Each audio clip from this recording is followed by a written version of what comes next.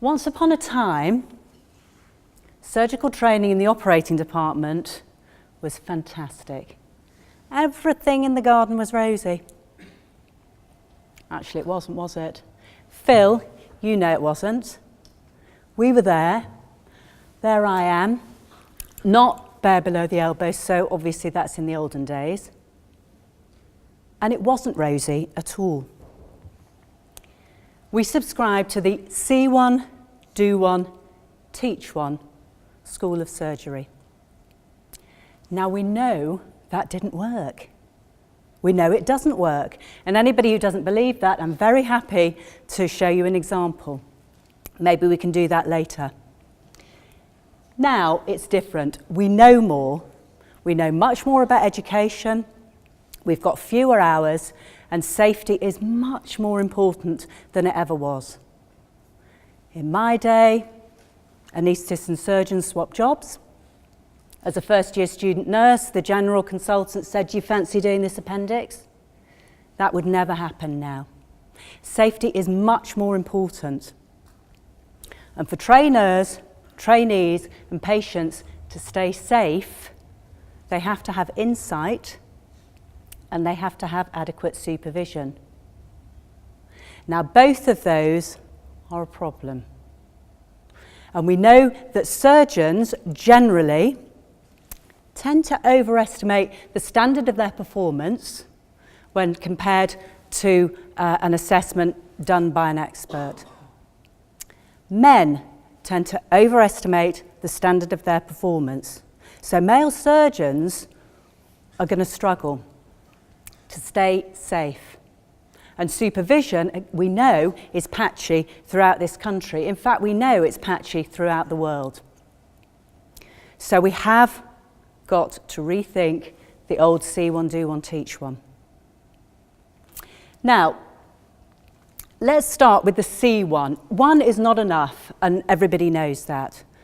But the point of looking at an operation, the point of what we used to call reading up, the point of preparing is to make the mental pathway. If you and I decided we were going to go to Abersoch after we finished today, we wouldn't just get in the car and start and hope that we arrive there. We'd get a map, we'd talk about who was driving, we'd decide where we were going to stop. Are we going to go by Shrewsbury? Are we going to go by Barla? People need a mental pathway before they do anything in the operating theatre. And too many of our trainees and trainers just go in, expecting it to happen, giving it a whirl, and then worrying when it starts to go wrong. Now, in my day, all we had were books, so you could go away and read up about the procedure. Now you've got much, much, much better things you can use. YouTube has got some crap, I have to admit, but YouTube has also got some brilliant footage. Now, if that isn't footage of the particular procedure that you or your trainer need you to prepare for, make one. It's really not difficult. I use YouTube a lot to teach people little things a long way away. Learners don't expect really fancy panorama standard film anymore. They just want to be able to see and understand. There's animated graphics, there's clinical videos. The bottom line is that mental pathway has got to be in the learner's own words. Anybody had a bash with this yet? Touch surgery. How many people have seen it? It's absolutely fantastic. Designed by an orthopaedic surgeon down in Portsmouth who has a passion for animation. So he merged the two and out came touch surgery, a fantastic way of helping learners to prepare before they ever come to theatre. They can see the animated steps. There's no blood anywhere, there's no sound in the background. They just see what they need to see to make that pathway. Now, not only does touch surgery help people learn, but it tests as well. And we know that if we test people, that will drive learning. If we test people's mental pathway, it will tread that mental pathway in. So I would commend touch surgery to you. At the moment, it's orthopaedic and it's carpal tunnels, it's DHSs, but they've been commissioned to do a couple of spine procedures. And if they work, then there'll be more. So I would commend that. I think that is absolutely brilliant. What we probably need to do in preparation as well is to break down some of the more complex things that you're finding yourselves doing.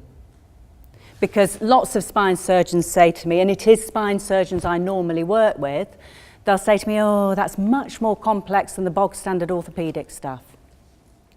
If it is, then break it down into steps. Break it down into bite-sized chunks. You can see here the urologists have done that with their most complex thing at the moment. And it's basically a prostatectomy. They've split it into 12 different elements and then worked out the complexity. So, for instance, putting in a trocar is the easy bit, so more junior people can do that. But the nerve sparing is the really technically demanding bit, and that's for the more senior trainees.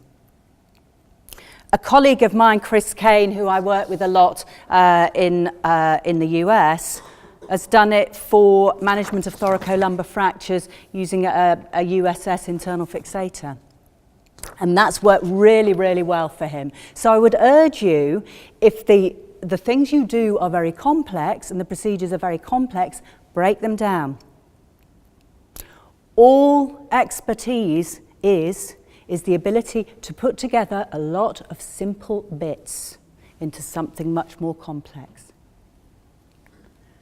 Okay, so if we've seen some, not one, we've seen some and we've got the mental pathway, now it's a matter of treading that mental pathway and making it into a proper path. If I walk back and forth across here, eventually a pathway will emerge. It will be worn in. And that's what we're trying to do with people learning procedures, whether it's surgeons in theatre or physios in clinics or therapists anywhere. Anybody who does practical skills, it's about treading a mental pathway. Now, to tread a mental pathway, it isn't a matter of just walking back and forth aimlessly. It's a matter of deliberate practice, deliberate and sustained practice, spaced practice. 6 days of 1 hour practice is much more effective than doing 6 hours altogether. Actually, we know that from piano, violin, cricket, all of those other things. But we need to remember it with surgery, and it's difficult, isn't it? Because we've got limited opportunities in the operating theatre, so there's a temptation to overface. But again, if we were going to Abersock and going back and forth and got into that situation where we didn't have to think, we just got in the car and went, that would be about treading a mental pathway, doing it lots and going the same way a lot of times. I suspect a lot of you will have read about the 10,000 hours required to make an expert. It's debatable. But there's probably some truth there or thereabouts to become really expert at anything, whether it's chess or violin or table tennis, probably about 10,000 hours. But it's how you practice, not how long. My mother lives on a golf course. She plays golf every day. She's probably played much more than 10,000 hours. She loves it, but if it's a bit cloudy, she doesn't go. If she always plays with the same people, with the same clubs, and she has a bit of a chin wag while she's going around. Tiger Woods, however, from a very, very early age, was encouraged by his father, actually not just encouraged, pushed by his father, always to be practicing the shots that were difficult, practicing the woolly bits, practicing the bits where he didn't perform well the day before, always pushing to the edge of what we call the zone of proximal development. So Mum hangs around in the comfort zone there. Tiger Woods is right here on the edge of the zone of proximal development. And if we can make sure that we and our trainees are always right at the edge, we don't let them dither around in here. And I have to tell you that the more poorly performing trainees will tend to do lots of the same stuff in here, lots of the same assessments in here, but push them. This is where they learn. Push them into that zone of proximal development. Now back to the operating theatre. One of the problems that you will have, particularly for novices, people new to the situation, is they get overstimulated. So junior trainees who are not used to the operating theatre, they're trying to learn stuff, they're trying to get the mental pathway and tread it in, but with music playing, with people talking, with individuals coming in and out, and it's too much. Their working memory shrinks down and down and down until actually they learn very, very little. So it's not an effective or an efficient way of helping people learn. We need to move much more out of the operating theatre. Now, if we've moved the making the mental pathway and we've moved the treading it in out, let's move some of that practice. Simulation is very trendy at the moment, partly because one of the MPs said, oh, nobody should touch a patient without practicing first. Yeah, that's probably pretty obvious. But it doesn't require massive 4 million quid simulators. Actually, it requires a different way of thinking. If people are going to do potentially very high-risk procedures, which your specialty does, actually, of course, we should be practicing beforehand. You can see here the cardiac surgeons have got this. So instead of going dashing in, which in my day they did, and tried desperately to acquire quite basic skills on beating hearts, they now, in all centres, have an ironing board with a pig's heart suspended on some knitting needles, and they practice and practice and practice heart valves, anastomoses, the bog standard, their bread and butter. They practice and practice until it's second nature. That mental pathway is trodden right in, and that has to be done before they ever touch a patient. So the cardiac surgeons have got that. The ENT surgeons practice peritonsillar sutures down the inside of a toilet roll with a little hook waxed to the bottom of a glass beaker. Ophthalmologists practice doing cataracts on slightly blanched tomatoes. Given that you do such high-risk things, it probably is really, really important you look for accessible, cheap options for simulation. I'm still stunned at how much goes on in theatre. I was in a couple of months ago with a hip surgeon doing a hip replacement and watched him trying to teach that whatever you call it, scrotalizing, or that business of going off with a bit of cement, while there's a rather large lady on the table and the cement going off. That's not the place to do it. That's something you can really easily teach and learn outside theatre. How much of what you do can you make automatic pilot before you ever get into theatre? This here is a great little personal simulator, a home simulator, 60 quid, shoebox, mobile phone, couple of mirrors and a torch. Designed actually by a foundation doctor. Absolutely brilliant, does the job. So learners can just get into that habit of three-dimensional practice, and they're not doing it on real-life patients.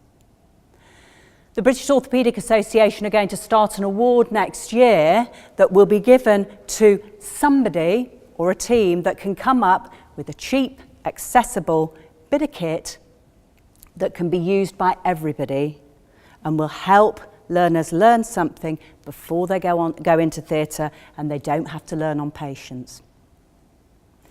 Now, lots of you teach on courses and do courses, and an example here is one of the AO trauma courses.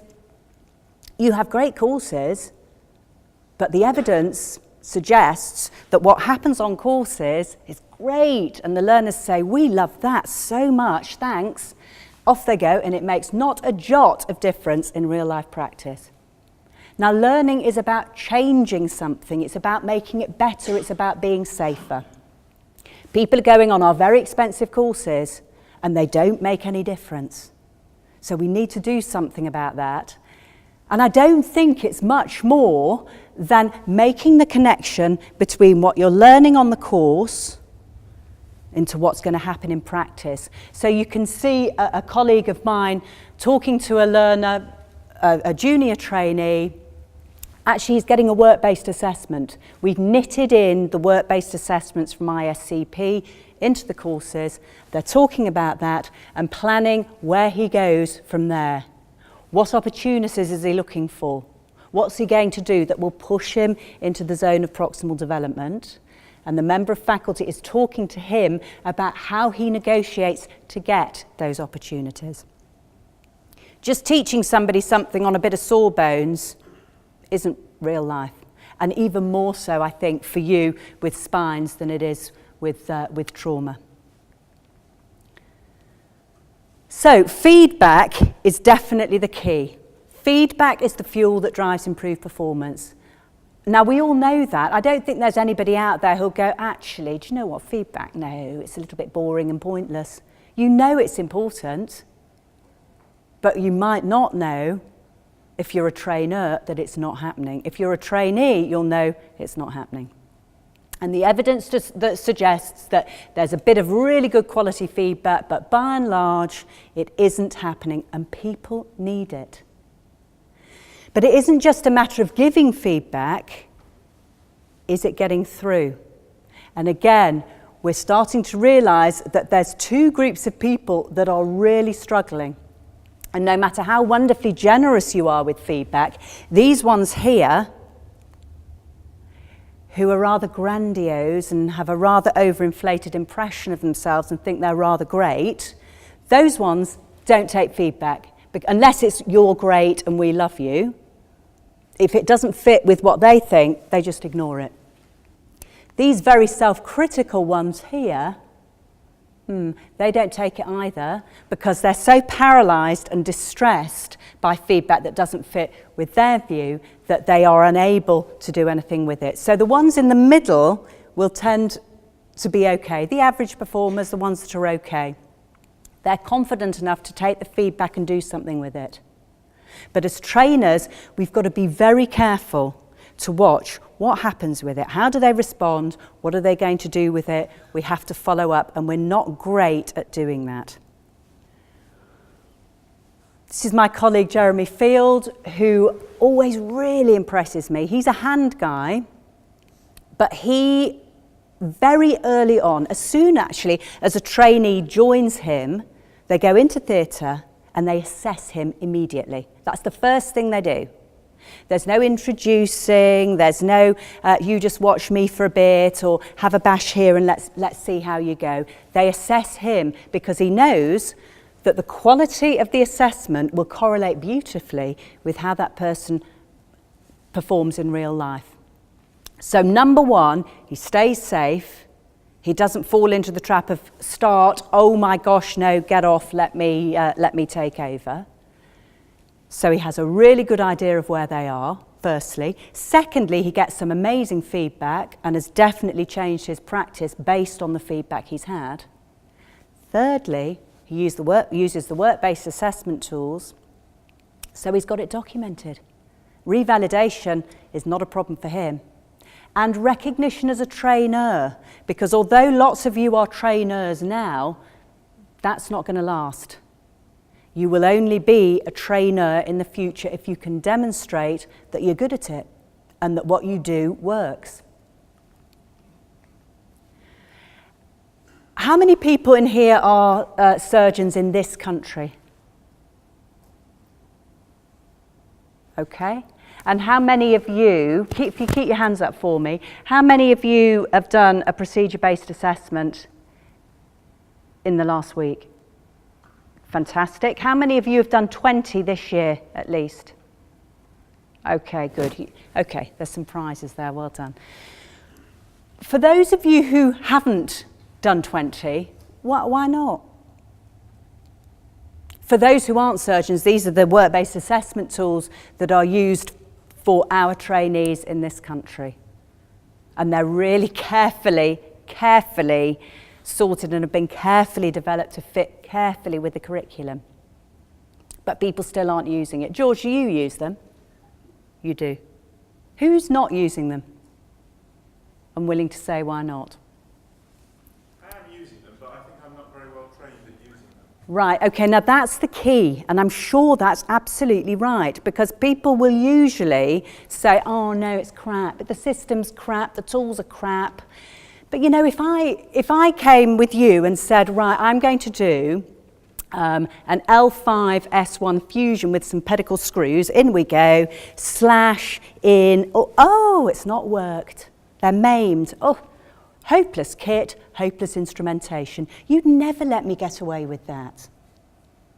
And so some of you sort of half-heartedly say, okay, I'll go on the educational supervisor's course and I'll just sit there. Nowhere near your zone of proximal development. You're not even in your comfort zone, just sitting there zoned out usually to somewhere else. So yeah, I think you're absolutely right. It is about training. It's not difficult. It's not rocket science. It can make sense if you are even vaguely receptive like that. Half a day, I think it will take you to learn how to maximise this. And the trick is to make it work for you. It's not tick boxes unless you use it as a set of tick boxes. It is a brilliant way of recording stuff and structuring your feedback if you use it flexibly and excitingly and creatively. Anybody know who that is? What's his name? Is that how he speaks? Actually, no, it is how he speaks. So yes, you're quite right. David Jeffrey won a silver scalpel in 2004. He's the only spine surgeon ever to win the silver scalpel. For those of you who don't know what the silver scalpel is, every year it's awarded to the person considered from every surgical specialty the greatest trainer. He won it, but no spine surgeons since, so it's about time. We got the Silver Scalpel Award winners from the last decade together a couple of years ago to try and find out what it was that made them so great. What was it that made them so special? And actually, it was the same things. The relevant bits to the operating theatre, great trainers are those that know when to intervene, hands-on, when to guide the trainee and hold their hand, and when to step back and let the trainee get on with it. And that is difficult. That's a real skill, and it doesn't come naturally. You have to learn how to do that. Really great trainers think aloud.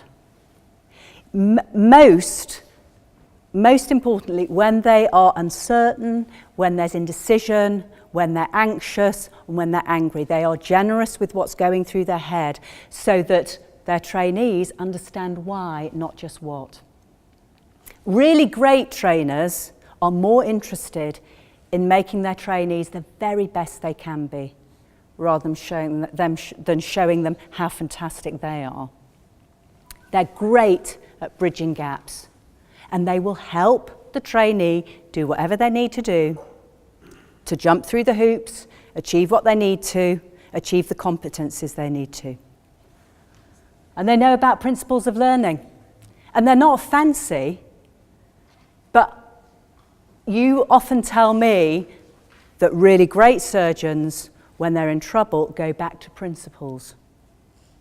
You have principles of fracture management. We have principles of learning, and they're not difficult. We do too much magpie teaching. There's the thing, we'll teach about it. This is what I'm really interested in, I'm going to teach about it. Instead of looking for the gap, what do they need? What aren't they so good at? Which bit of the curriculum haven't they covered? Find the gap and teach into that. Based on their capacity. Women learn differently from men. Left-handers learn differently from right-handers. Novices learn differently from more proficient people. We need to know where they are, and we need to know how much insight they have. Whatever we teach, the mental pathways, the decisions, all has to be underpinned by reflection. And I'm not talking about holding hands and singing Kumbaya and talking about how we feel. I'm talking about critically analysing what you do with a view to doing things better.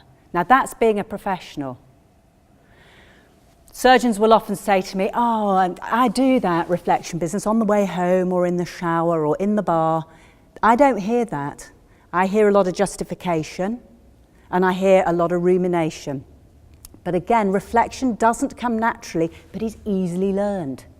We've just designed a new module, again available on the BOA website, to help people learn in 25 minutes how to write decent bits of reflection. It's not rocket science, but it's crucially important for the assessment process, and it's an important part of being a professional. Feedback is the fuel that drives improved performance. It's not happening at the moment. And assessment drives learning. Assessment is brilliant for making people tread that pathway. Do you remember, for those of you who had mums and dads who would do those constant testings of spellings, that's why you can spell now. Assessment drives learning. So, my message to you is save the operating theatre for only the essentials.